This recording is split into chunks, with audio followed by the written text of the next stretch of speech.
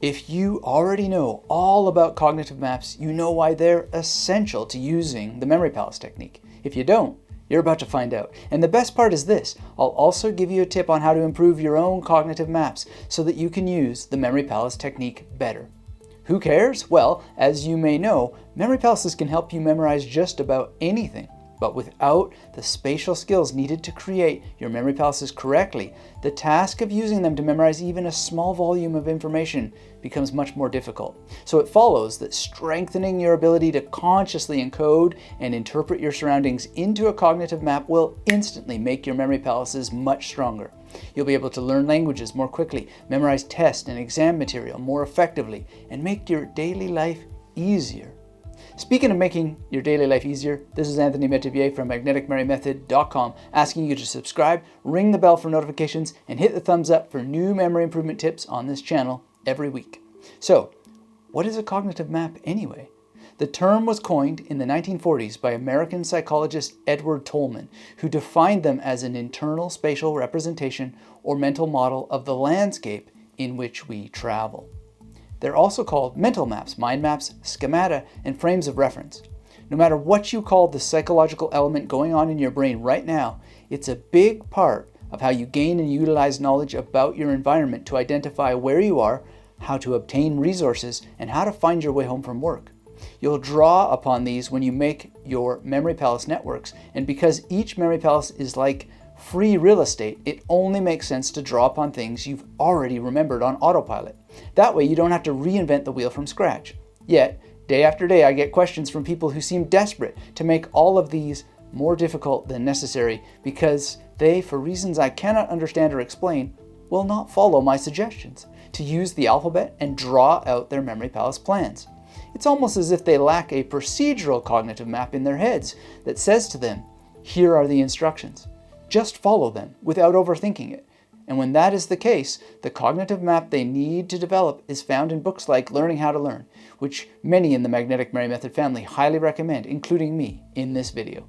But please, don't make the mistake of thinking that the cognitive maps we're talking about today are like cartographic maps in the head. Instead, each cognitive map consists of stored, discrete pieces, including landmarks, route segments, and regions. These separate pieces are partially linked or associated frequently to represent hierarchies, like location of a place inside a larger region. As you can imagine, cognitive maps are an essential skill for many living organisms, and they're the reason we don't get lost in places we've already been. Here's an example for you, and you can follow along by pausing the video, getting a pen or pencil, and charting out the following. When you drive or walk the same route every day, you learn the locations of various objects and buildings and build mental models of these routes. Go ahead and make a simple drawing. As you physically travel these areas or draw out a simple sketch, the cognitive processes take place automatically. You are usually not cognizant of this latent learning, and that's part of the special magic that makes spatial memory such a powerful resource. The only time you might be cognizant is when another kind of cognitive map responsible for perfectionism makes you overthink the simple drawing of lines to complete an exercise like this. If you're a perfectionist, think of how tragic your life would be if you got all hot and bothered about walking down the street the way I know some of you do when asked to complete a simple drawing exercise. Of course, I don't mean to make fun of anyone, quite the opposite, and rest assured, in areas outside of memory training, I face similar issues too. That's why I'm pointing out the fact that our brains fire off patterns, and we don't always know how we got them. Perfectionism being one of them, like one map that distorts another. It can lead to issues like when a teacher of memory says, don't overthink this, just draw some lines on the page. But instead of just diving in and doing it, you think about your worries of wasting paper or wasting time if the exercise doesn't work. For more on these issues and how to overcome them, please see my book, The Victorious Mind, How to Master Memory, Meditation, and Mental Well-Being. You'll want to pay extra attention to the chapter on free will in particular. A victorious mind will help you take action with the mental training tools and concepts I share, and rest assured, we're here to overcome them together, which is why I'm always so proud when I see those of you engaged in the discussions below these videos or on the Magnetic Memory Method forum or mastermind group to help each other out. I want to help you out too, and that's why Team Magnetic included some environmental and spatial memory brain exercises for you in a previous video dedicated to teaching you neurobics, yet another special mental fitness set of brain exercises that has the special and scientifically demonstrated ability to boost your mood as it helps improve your memory. And if some cognitive map in your head is already making you think that learning all of the additional techniques our community shares isn't worth your time, let me push back on that a little by sharing Sam's comment on the discussion under our neurobics video. I always get an injection of motivation listening to your work. I have been writing with my non-dominant hand while journaling or recalling, and I can feel my brain light up with the added focus in the challenge. This wonderful feeling of brightness as your focus and memory increase is exactly what the scientific studies suggest. So if you're still doubtful, become the scientist in the laboratory of your own life and run the experiments. That's the one and only way you'll ever enable results like these to follow. So if you're stuck in a pattern or feedback loop that is holding you back in life, never forget, take action based on great training and then return to it. I can't say for sure, but it's almost certainly the only way you'll ever break out of the cage. Back to the equally powerful cognitive mapping and practice homework I'll give at the end of this video. Let's take a simple example to help us understand what this concept is and how it works. Think about driving to your favorite grocery store. Again, pause the video if you don't have a piece of paper and draw it out by hand. No software, please. We need to train our procedural memory to identify and then shape our memory palaces quite like we operate in the real world. For example, when you need to find a building or object on that particular route to the grocery store, your cognitive mapping of that route comes into play. Your cognitive processes use existing knowledge of the environment to generate new knowledge or pathways to find the building or object.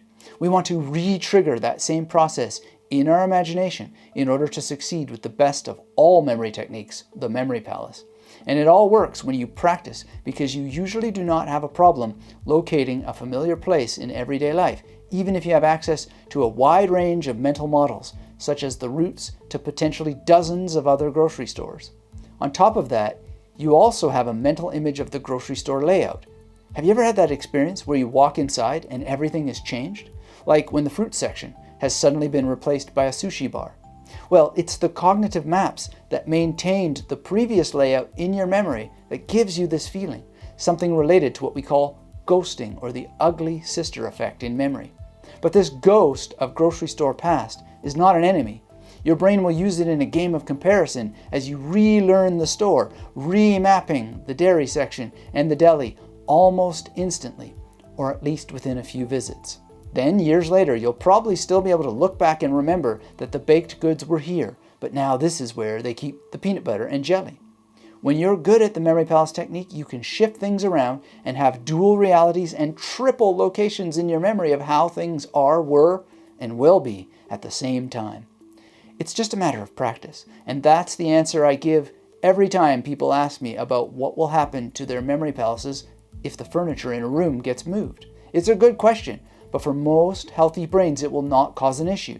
When you take the grocery store example, it should now be obvious how natural it is to have cognitive maps of more than one version of a building and how that applies to any memory palace. In fact, it's precisely this feature of the human brain that made it possible for me to record the definitive guide to reusing a memory palace. Please check it out if you have any concerns whatsoever about your memory's ability to manage multiple locations using this beautiful skill.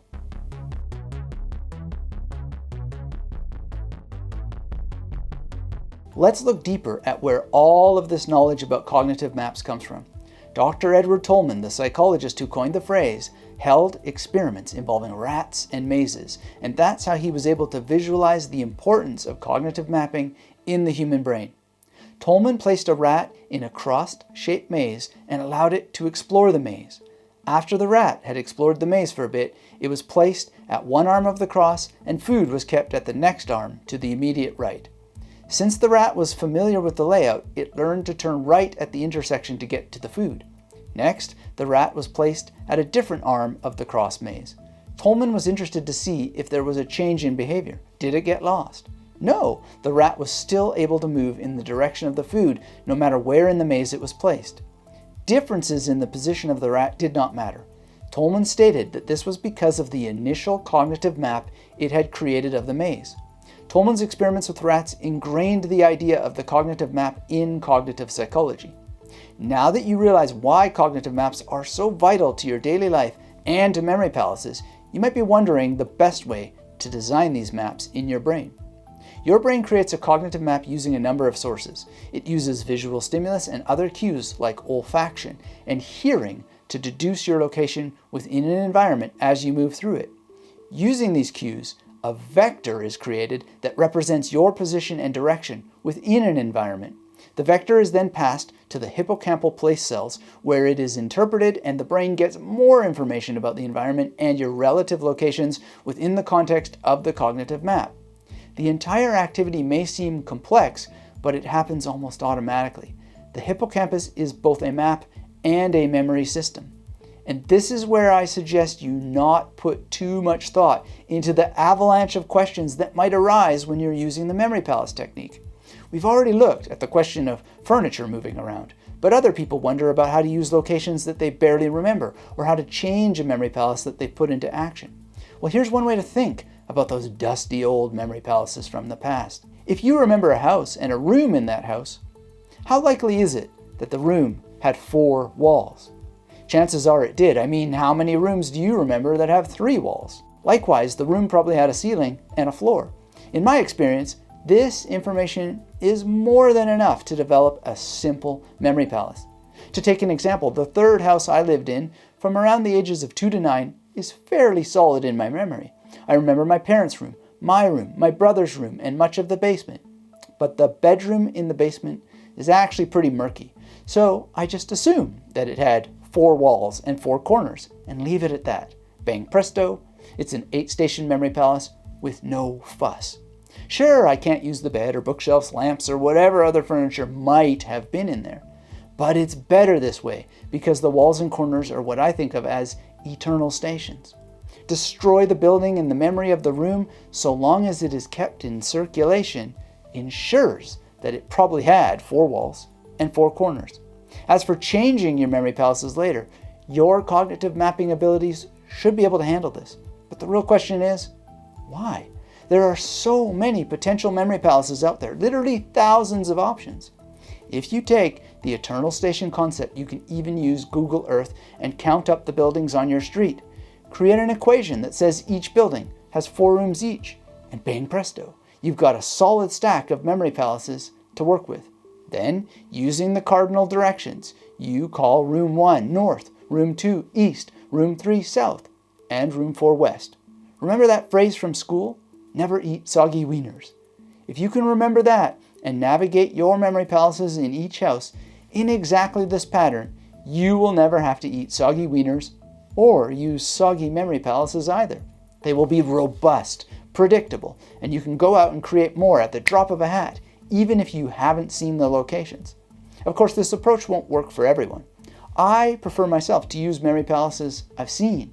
But if for whatever reason you can't get out to cafes, restaurants, bookshops, churches, or to see friends and family to use their homes, there really are no reasons why you can't cognitively map the entire world.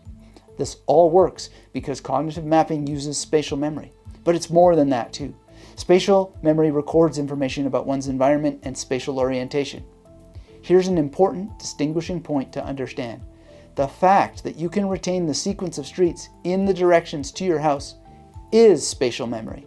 However, when you see these streets in your mind's eye or work out the route verbally as you give directions, that is cognitive mapping, and the brain of the person listening to you can also cognitive map the route in words like go left and then go right, because they are capable of mapping space they haven't seen yet.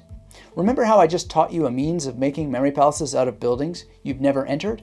Guess what? You're essentially giving yourself directions that can be successfully followed in the same way you've undoubtedly helped strangers find their way back to the bank or pharmacy in your neighborhood.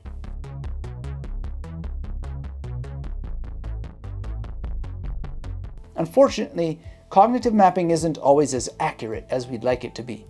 When you create a cognitive map, your brain will omit information that is irrelevant to the task at hand. For example, you and your colleague who lives in the same apartment block take the same route to drive home daily. However, while you are in the driving seat, let's say your colleague is the passenger. So while you may be able to describe the route from the office to home accurately, your colleague may have only a basic idea of the road and objects en route. Why? Because your colleague does not have to concentrate on the road during the drive, whereas you must. Therefore, both of you sketch maps of the same route differently. The example also shows that travel modes can impact cognitive mapping, and we all know about the London cabbies and the knowledge. If you haven't read How Driving a Taxi Changes London Cabbies' Brains in Wired, please give it a glance. It's fascinating and will inspire you to get out and pay more attention to the world. It's powerful brain exercise. In sum, the way people travel has a huge impact on your cognitive mapping, especially if they regularly use neurobics. In fact, understanding how the brain processes and sketches cognitive maps has important implications for transportation planners and accessibility planning in cities. What this also means is that a cognitive map can be different from the actual environment that a person is mapping due to the relationships of an individual with the environmental stimuli. We don't have to get too deep in the weeds about this, but please just understand that you can improve how you map the world. And again, our Neurobics video gives you some great exercises that will help you make it fun and easy.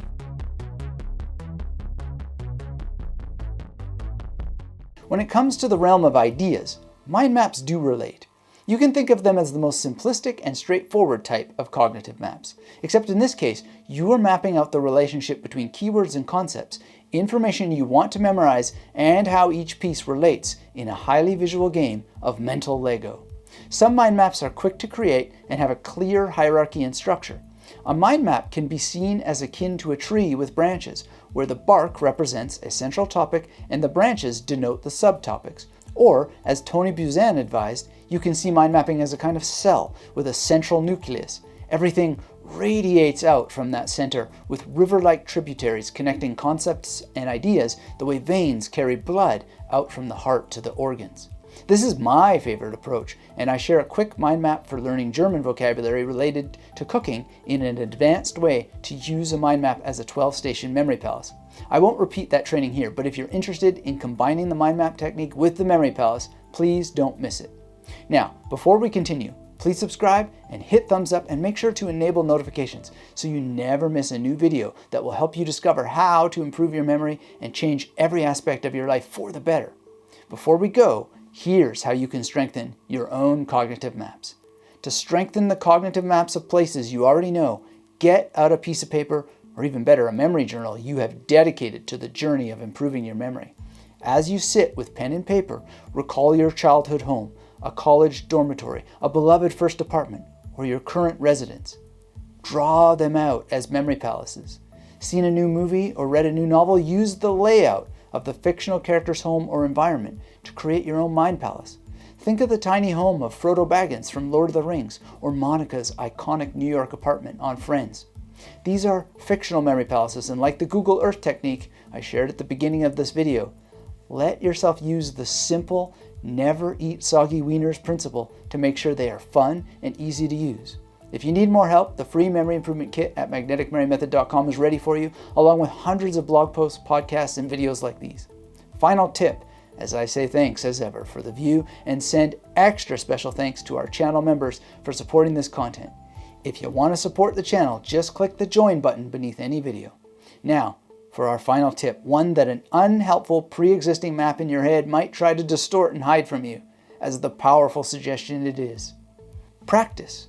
Make using your spatial memory a part of your daily routine, and practice in particular by bringing memory palaces together with mental content that helps you progress towards your goals. Of course, it's easier to do nothing than it is to show up. But when you have a physical memory journal and keep it where you can see it, you'll at least be reminded to use it more often. That's why I keep physical journals in my environment at all times, constantly battling my own temptation to take the easy road, instead of facing the challenge of constantly challenging my brain, so I still have it when I'm older. Believe me, if you use your natural ability to form mental maps to build strong memory palaces, you can remember anything that you want. Just like I teach in an advanced way to use a mind map as a 12-station memory palace, which I promise, when practiced, will keep your memory vibrant, constantly improving, and 100% magnetic.